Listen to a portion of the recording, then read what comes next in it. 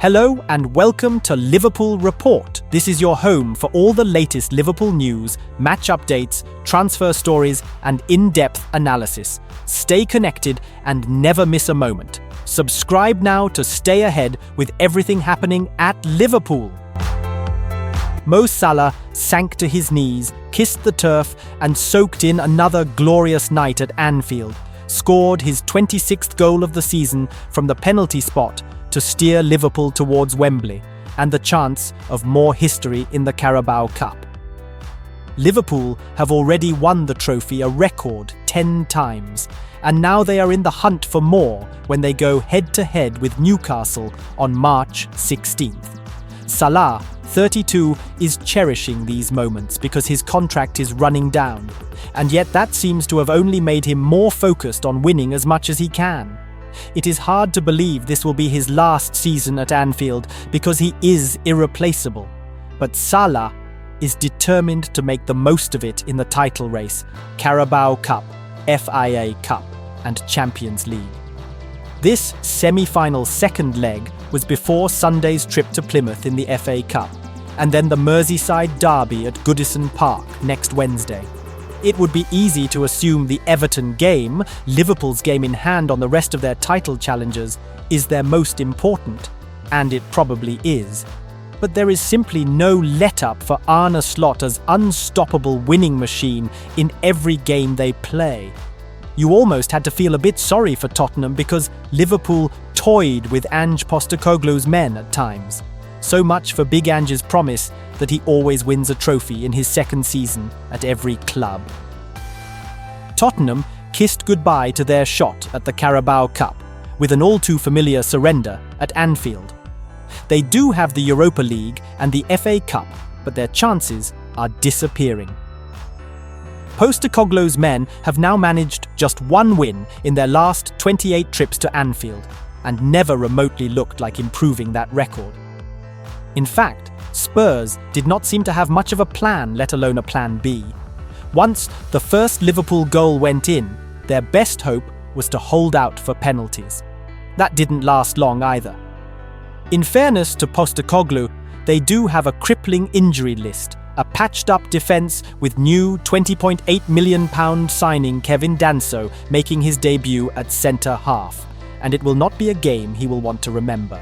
Nor loan signing Mathys Tel either, as he made his debut as a substitute.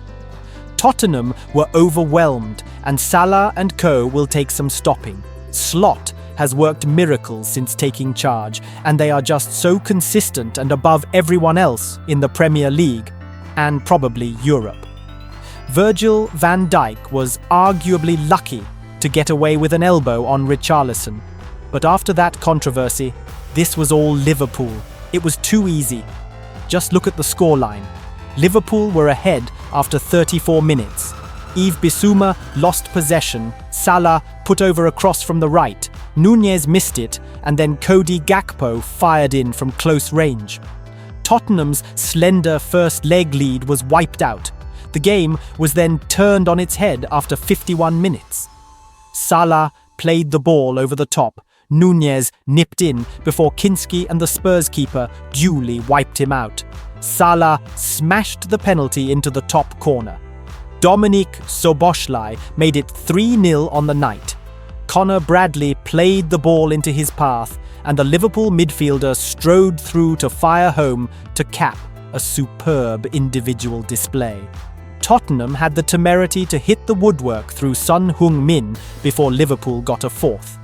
Alexis Mac Allister put over a corner, and there was the majestic Van Dijk to rise above everyone to score and complete the rout.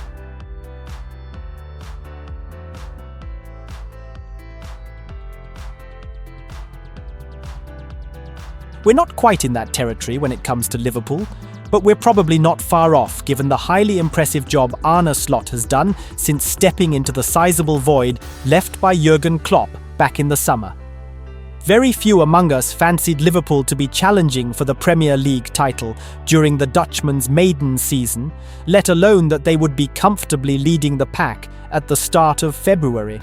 But here we, and they are, regardless of whether or not Slot and Liverpool go on to win the title, there will surely be tweaks in the summer, given Slot is still largely working with the squad he inherited.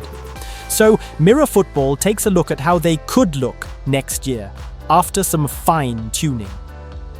Alisson is arguably the Premier League's top goalkeeper, but Liverpool have already made one acquisition in that department, with Georgi Mamardashvili set to come in for the 2025-26 campaign.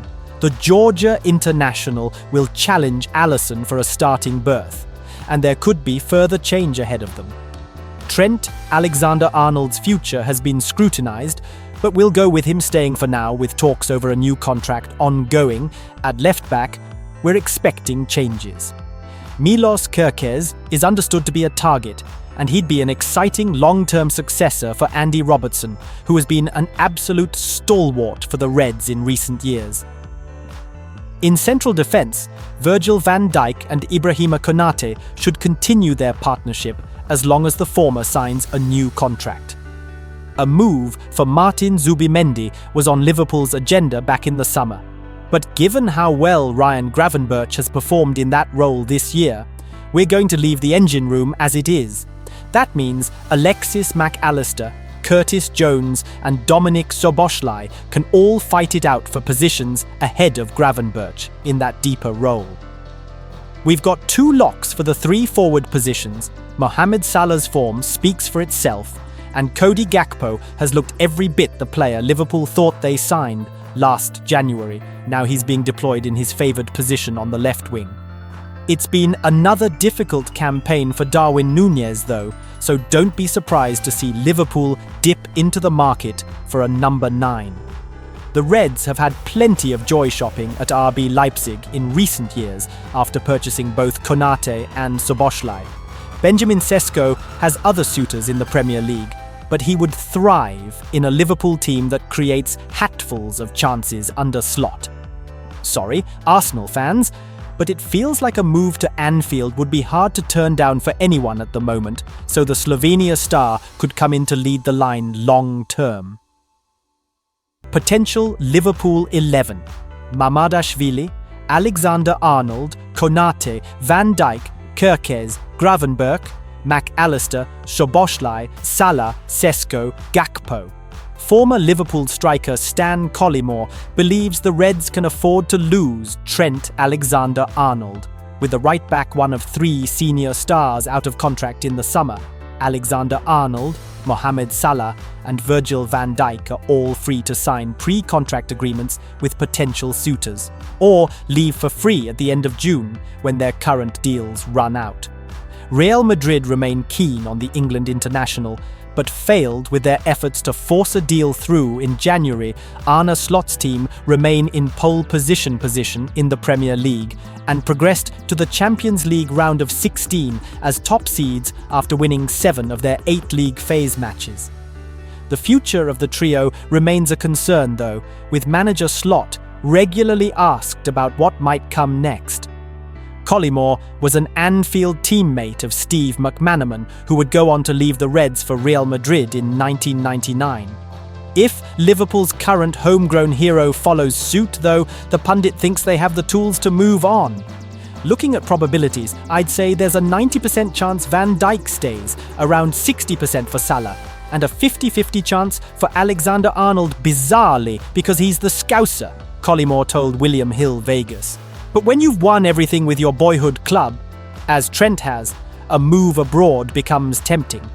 Trent isn't a great defender, but he's a fantastic footballer, and a league like La Liga would suit him perfectly. Real Madrid would allow him to drift into midfield, have more time on the ball, and play to his strengths. If he goes there, you couldn't begrudge him. It's Real Madrid.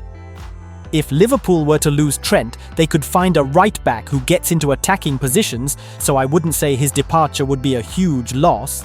The bigger issue would be losing Van Dijk. Van Dijk won't want to cause problems, he just wants the right deal, but Liverpool need to prepare for the future. They should be getting someone like Jarell Quansah up to speed, but there are still question marks over him.